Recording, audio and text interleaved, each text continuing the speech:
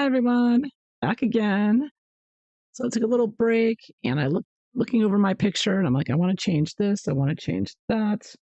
I got a little dark stain here from the which is can happen sometimes when you accidentally transfer over dark color with the Gamsol. And unfortunately it's really difficult to get it out. I'm trying to erase it out, see if I can get rid of that. I don't think I can do it. Okay, good. Have to be careful with the Gamsol when you're going dark or light. But I'm going to continue working on her skin here. Again, I'm using eggshell for the lights, light mocha for the medium, foxy brown for the dark, mahogany for dark, and then midnight black. And I'm going to, well, first I want to fix her nose. I think I need to, her nose is such a distinctive part of her, and it's not looking right the way it is now. So I got to fix that up. I'm going to erase some of this pencil line around it, around the peak here. All right, so I have to fix this. I didn't do it correctly. I didn't get the shape correctly. So let me see if I can.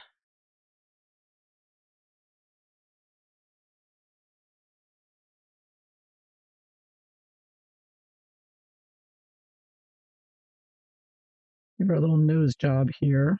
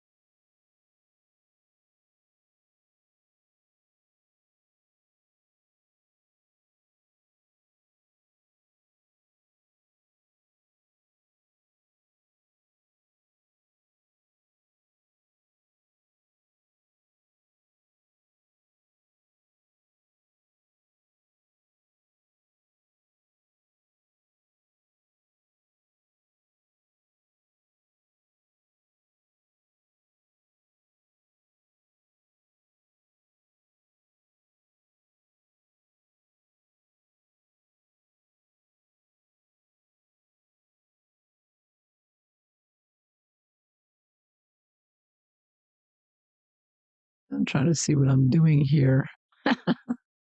Let's see if we can on the screen.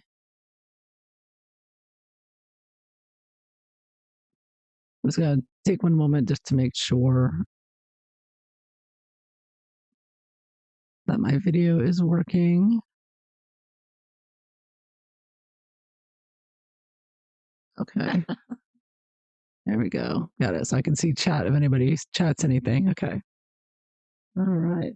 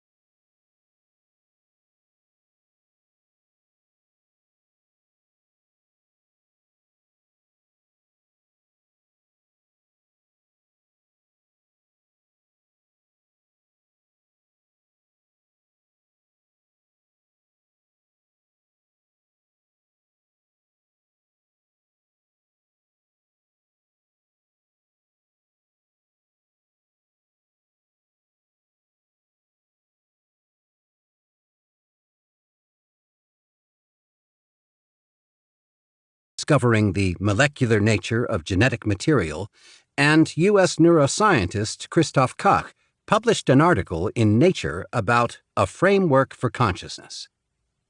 In it, they also referred to unconscious System 1 action and conscious System 2 thought in an evolutionary biological context. Many actions in response to sensory inputs are rapid, transient, stereotyped, and unconscious. They could be thought of as cortical reflexes.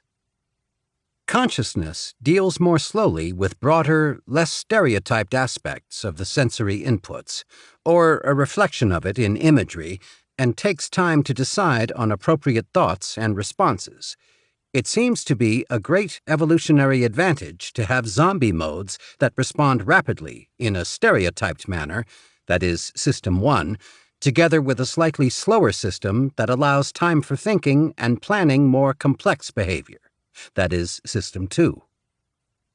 The title of Kahneman's best-selling book, Thinking, Fast and Slow, which refers to System 1 and System 2 respectively, is misleading because System 1 acts unconsciously, stereotypically, and above all, without really thinking at all. Thinking with System 2, as opposed to acting with System 1, requires a mysterious form of mental energy about which very little was known for a long time. It is only available to us in limited quantities.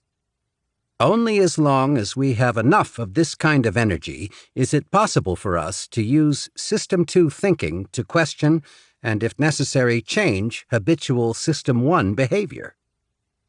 This ability has secured the survival of humankind, because System 1 behavior can only produce existing reaction patterns, which can be disadvantageous for oneself or others due to their possibly poor adaptation to the concrete situation. With the help of System 2 thinking, we can then consider alternative courses of action and develop better approaches to new problems than our existing templates would have allowed. Based on the findings of Kahneman, Crick, and Koch, I set out to identify the neural nature of this mental energy that enables System 2 thinking. To identify it, I detoured along the tracks of well-understood states of mental exhaustion to find its source. Operationally, in my book The Exhausted Brain, published in 2022, I referred to its still unknown location as the frontal brain battery. First, I drew on decades of scientific research on what is known as ego depletion, which describes the common neurobiological phenomenon that each of us feels when the battery is depleted after a long, exhausting day. Ego means I, and deplere also comes from Latin and means to empty. Thus, ego depletion describes the self-exhaustion due to the frontal brain battery having only a limited amount of mental energy, and as its state of charge decreases, it becomes increasingly difficult for us to think in a focused way and to find the motivation to use System 2. With complete mental exhaustion, it is almost impossible to find the best solution to a problem. My analysis has shown that only one place in our brain combines all the functions to explain the processes involved in ego depletion, the hippocampus. Among other things, the use of System 2 requires efficient storage of our thoughts, a property that only the hippocampus possesses. It is likely that intensive use of System 2 will stretch the hippocampus to its limits. After all, its storage capacity is limited. With a full hippocampal memory, System 2 would only be usable if previous memories or hippocampal index signatures were overwritten. However, our brains try to avoid this, which is why more and more people find it difficult to activate System 2 even when it is needed. The ego is exhausted. This interpretation is supported by the fact that ego depletion significantly reduces the ability to retrieve specific memories from episodic emotional memory, a process in which the hippocampus also plays a central role. In contrast, System 1 behavior, or the zombie mode, as Crick and Koch called it, is unaffected by ego depletion or hippocampal memory impairment. Neuronal information highway and its pathological destruction. The hippocampus, or frontal brain battery, is directly connected to the frontal brain through the so-called von Economo neurons, VENs. Named after their discoverer, the Greek psychiatrist and neurologist Constantin Alexander Freiherr Economo von Sancerf, 1876 to 1931, these are characterized by their extraordinary size and associated high transmission speed. VENs play a central role in social behavior because they provide our executive center with rapid and efficient transmission of relevant experiences in socially conflictive situations, which are managed by the hippocampus. Not surprisingly, VENs have also been found in higher primates, marine mammals, and elephants, animals with high social and planning intelligence. In frontotemporal dementia, VENs gradually and selectively die for unknown reasons. Due to the progressive failure of System 2, sufferers become increasingly reckless and tactless in their dealings with others, showing no regard for social norms. They uninhibitedly express their stereotypical thoughts in an extremely rigid, zombie-like tone, and are thus extreme examples of only System 1 controlled beings. Hippocampal anti-indoctrination formula. The lifelong production of new index neurons allows our wealth of experience to continue to the highest age. Throughout the millennia of human evolution, the wisdom of the elders was crucial, at least until Google, Wikipedia, and especially daycare replaced grandparents. Into the early 20th century, the life experience of family elders was still of great importance for reproductive success.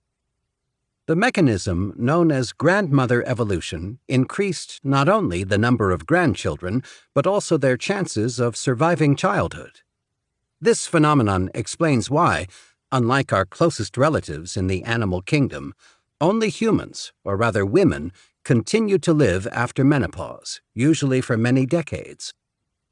Thus, each decade lived by a post-menopausal grandmother in an extended family resulted in 2 more grandchildren reaching adulthood than in families in which the grandmother died early, because the grandmother was able to help care for and educate the grandchildren.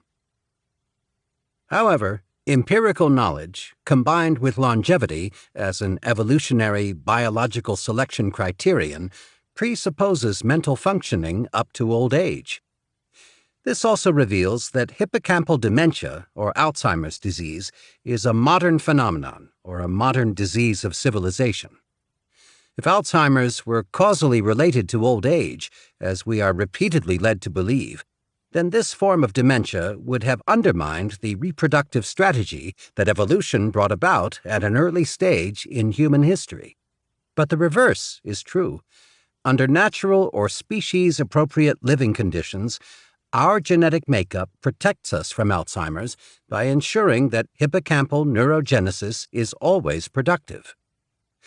Earlier objections that genetic selection for mental fitness into old age, and thus against Alzheimer's, could not have taken place in Stone Age tribes because the average life expectancy in that era was too low, can be refuted by studying hunter-gatherer cultures that still exist today.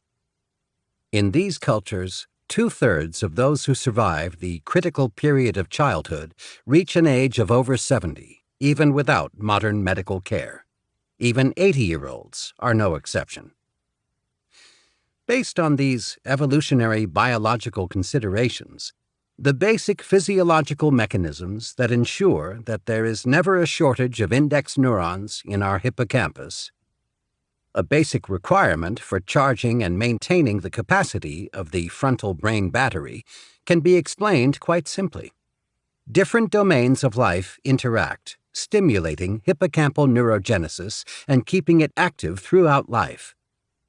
Let's consider these areas of life in isolation for purely didactic reasons, but without underestimating the importance of their interaction, which I presented as Methuselah formula for the first time in my book Die Methusalem-Strategie.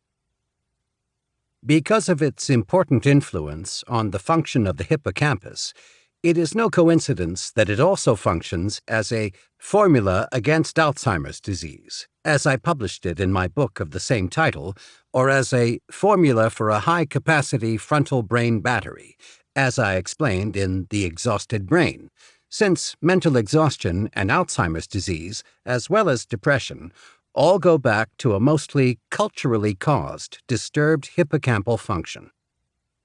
Knowing this formula and applying it in daily life will also help us to remain steadfast against the influences of harmful indoctrination, which is why it could also be called an anti-indoctrination formula.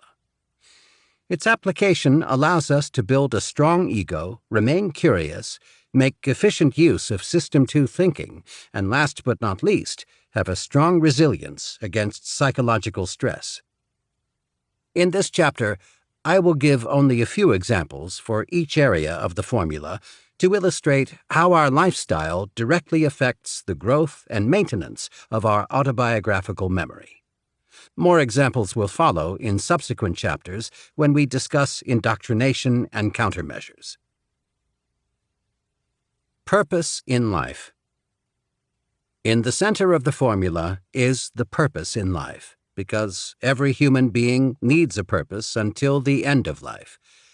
In the long evolutionary history of humankind, as the evolution of grandmothers suggests, there was usually a meaningful task up to the highest age. Therefore, the risk of developing hippocampal dementia, Alzheimer's disease, increases substantially for those without a purpose in life. Meaning in life is associated with manageable tasks and challenges, and thus with eustress, which in turn promotes adult hippocampal neurogenesis. This is what 3 U.S. neuroscientists write in their article, Neurogenesis and the Spacing Effect. Learning over time enhances memory and the survival of new neurons. New neurons are generated continuously over time in the dentate gyrus of the hippocampal formation, a brain region that is important for learning and memory.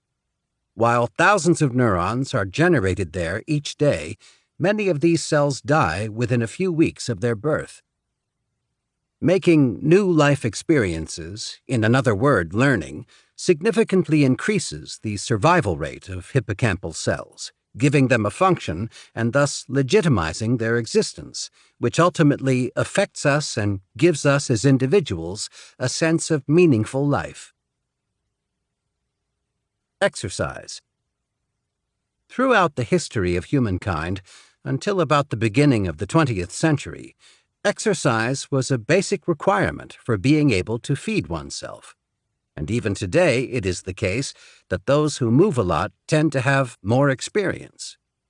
Knowing where dangers lurk, or where to find food, is most likely the evolutionary biological reason why such a large number of different hormones and messenger substances, cytokines, are released during physical activity, which not only increase physical fitness, but at the same time stimulate brain growth, and in particular, adult hippocampal neurogenesis, and as a result, increased memory capacity. To explain the physiological basis and neurobiology of all these hormonal factors, such as BDNF, EPO, VEGF, NGF, GDNF, dihydrotestosterone, GH, IGF-1, FGF2, serotonin, adiponectin, irisin, and METRNL here would be going too far. Therefore, I refer you to my article, Unified Theory of Alzheimer's Disease, where most of these hormones and cytokines are explained and scientific studies can be found.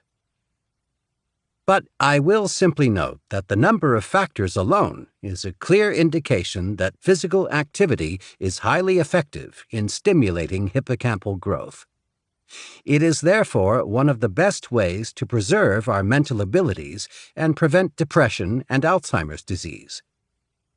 Just 1 hour of aerobic exercise, aerobic means you can still talk during the exercise, a day at about 60 to 75% of maximum heart rate, which a group of 67-year-old seniors achieved even with a light walk, resulted in hippocampal growth of about 2% in just 1 year. In the control group, which only did daily gymnastics without exerting themselves too much, the hippocampus shrank by about 1.4% during the same period, which is the normal but unnatural shrinkage rate of the hippocampus in modern societies, as I will discuss. In addition to better physical fitness, the aerobic exercisers also developed stronger mental resilience and memory than the gymnastics group. This proves that with moderate exercise, hippocampal shrinkage can not only be avoided, but also reversed, even in old age. Nutrition. In nutrition, as in all other areas of the formula, the law of the minimum applies, which the German agronomist Karl Sprengel formulated in 1828 to point out that plant growth is always limited by the essential nutrient present in too low a concentration, even if all other essential nutrients are present in optimal quantity. Applied to autobiographical memory, Sprengel's law means not only that no single essential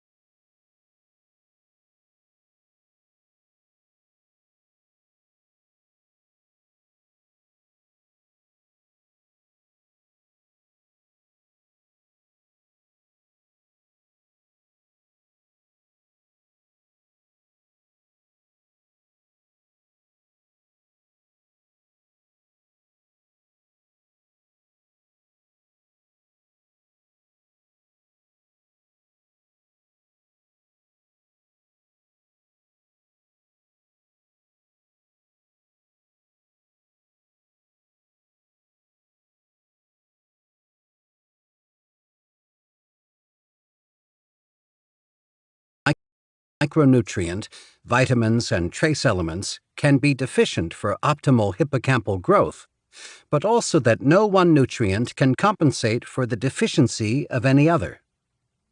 The widespread iodine deficiency and resulting thyroid hormone deficiency, explained in the previous chapter, results in dramatic consequences for normal brain development. However, iodine and thyroid hormone deficiency not only massively impairs brain maturation, but also hampers adult hippocampal neurogenesis, which can lead to loss of System 2 thinking capacity and depressive symptoms. However, an iodine deficiency can only be remedied by iodine and not by any other micronutrient, just as Sprengel's law states for plants. Another serious deficiency of an essential nutrient, which is even more widespread than iodine deficiency, is that of the so-called aquatic omega-3 fatty acids eicosapentaenoic acid, EPA, and docosahexaenoic acid, DHA. EPA and DHA are essential cell-building substances and precursors of a large number of vital cytokines that have, among other things, an anti-inflammatory effect and that activate neurogenesis in particular. For example, the placenta tries to achieve an omega-3 index, the relative fatty acid content of EPA and DHA in our cell membranes, of 11%. To ensure optimal fetal brain development. The hippocampal volume also correlates directly with this index. That is, the lower the index, the smaller the hippocampal volume. But in Germany, the value is only 4 to 6%, and in the United States, on average, even below 4%.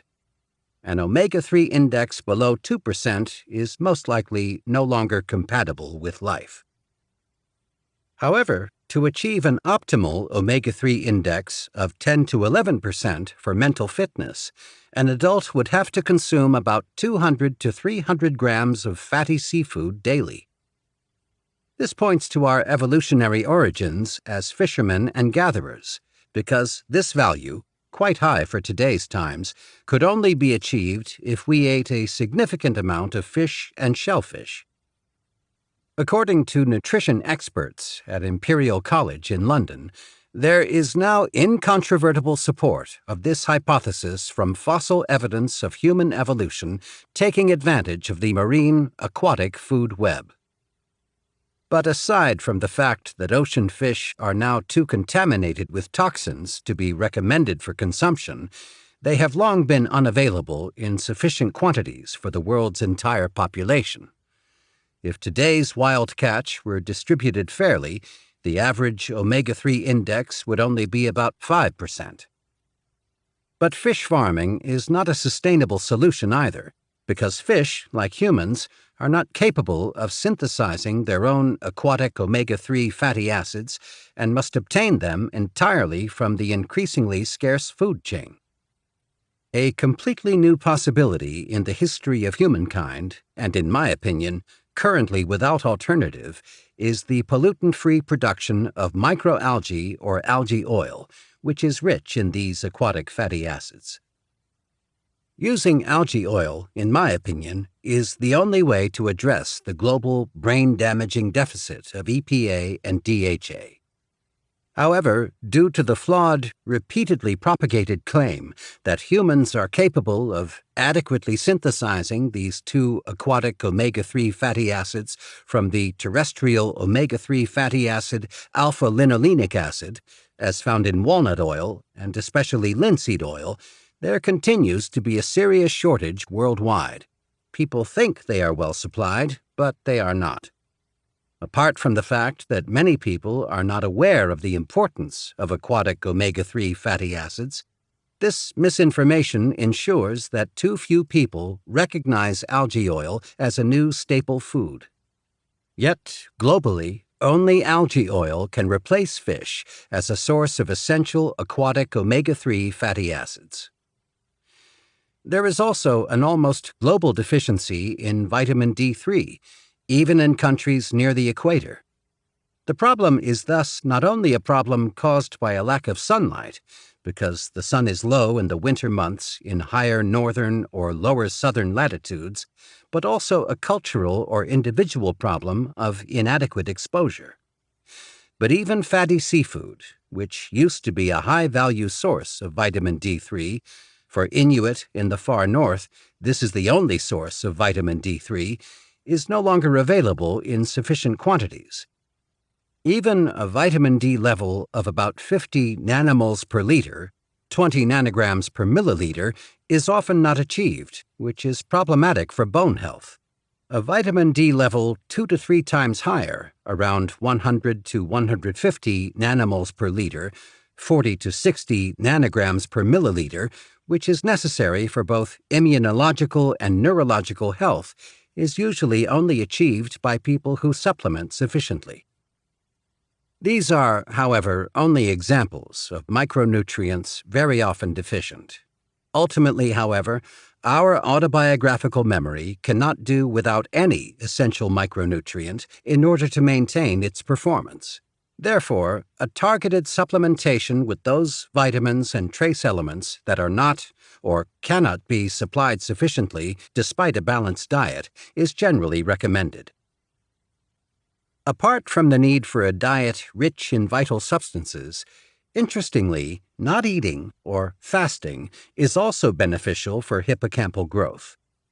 Even an overnight fast of about 12 hours, interval fasting, activates ketogenesis, in which fatty acids are mobilized from our fat storages and converted in the liver into small fragments, or ketone bodies, which then enter the brain via the bloodstream. There, unlike fatty acids, they can cross the blood-brain barrier. Ketone bodies are not only more energy efficient than glucose, but they also have a hormonal effect, activating adult hippocampal neurogenesis and rejuvenating existing older neurons. Sugar, on the other hand, especially in the unnatural amounts we consume through sweets, pastries, and convenience foods, leads to elevated blood glucose levels.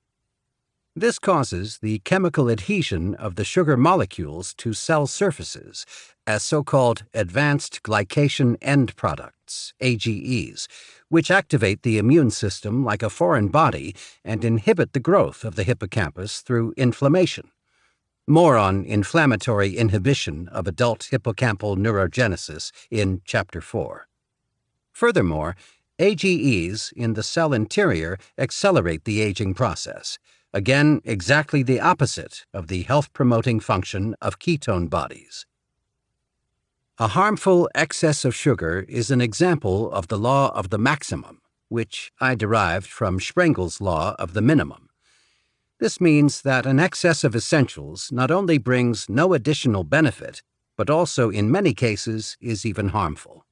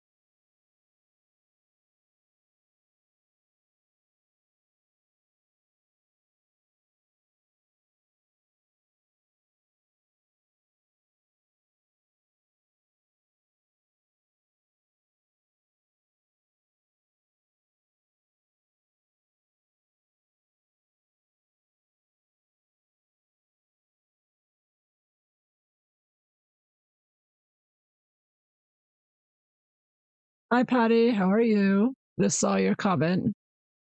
Didn't know anyone was watching. Just John away. Um, just finishing up this part right now. Anyways, I just finishing up her hair.